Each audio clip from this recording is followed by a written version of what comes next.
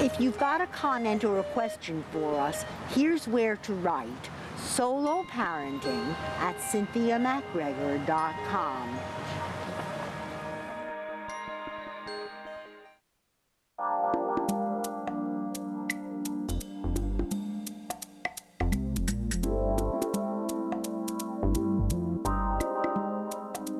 Our Parent Talk panelists this week are Claudia Bennis and Jodi Goldberg.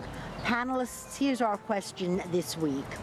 Your child has latched onto a father figure, a neighbor, or the dad of one of the child's friends, or someone like that. But your sixth sense tells you to be on your guard about him.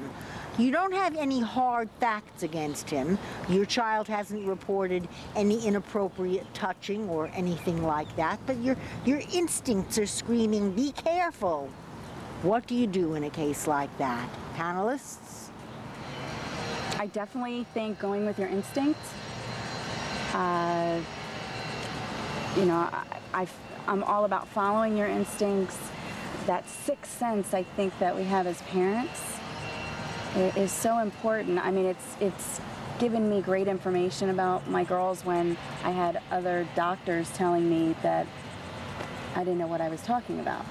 So, yeah, I think go with your It's tough gut. also if the child is emotionally latched onto this person, if they don't have a male figure in their life. It's hard to explain to the child, again, if it's a younger child, as to why you don't feel it's appropriate and comfortable. It's not an issue that you need to go into detail. If it's an older child, you could get a little bit more specific as to your reasons. But I mean, as you know, we had discussed previously, again, it's about, like you stated, good touch, bad touch, and understanding as a young child, and even, you know, it doesn't even have to be that one specific situation.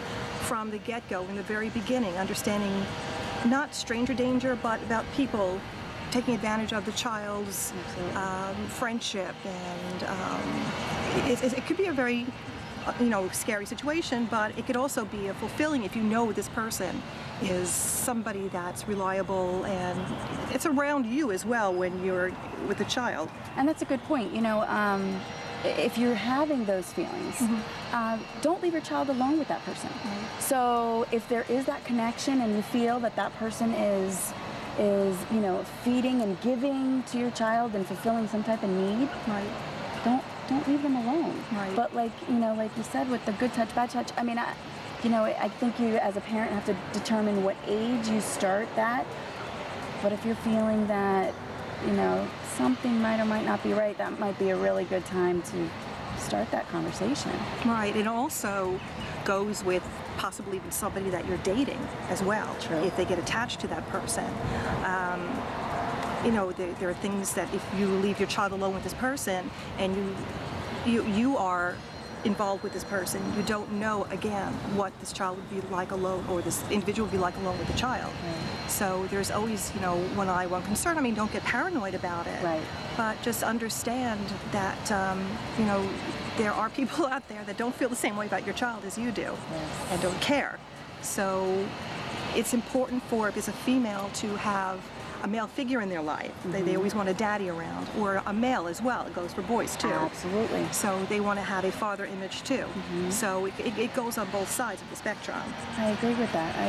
And I think even, actually planning things, so you're out and not necessarily at the house. So going to a park, going to whatever, a concert or something, so that they're getting that, that feeling of they're part of that, but that makes me nervous about that gut feeling, like you don't want to be right, and then have put your child in a serious situation that for the rest of their lives they're having to combat that feeling or that incident. Right. Well, they do have the program of Big Brothers Big Sisters. True. And they have programs like that where they are background screened. Right. So if your child, male or female, is yearning to have a father figure, or even a female figure, I like that. they are screened. So you do have a full understanding and background of what's involved, and you have an element of of knowing that the child is in good hands. Right. So my daughter is participating in that right now, and she always looks forward to her outings. That's So, and awesome. I have complete trust in her. She has a big sister because mommy's so busy. But it's just a wonderful, wonderful program.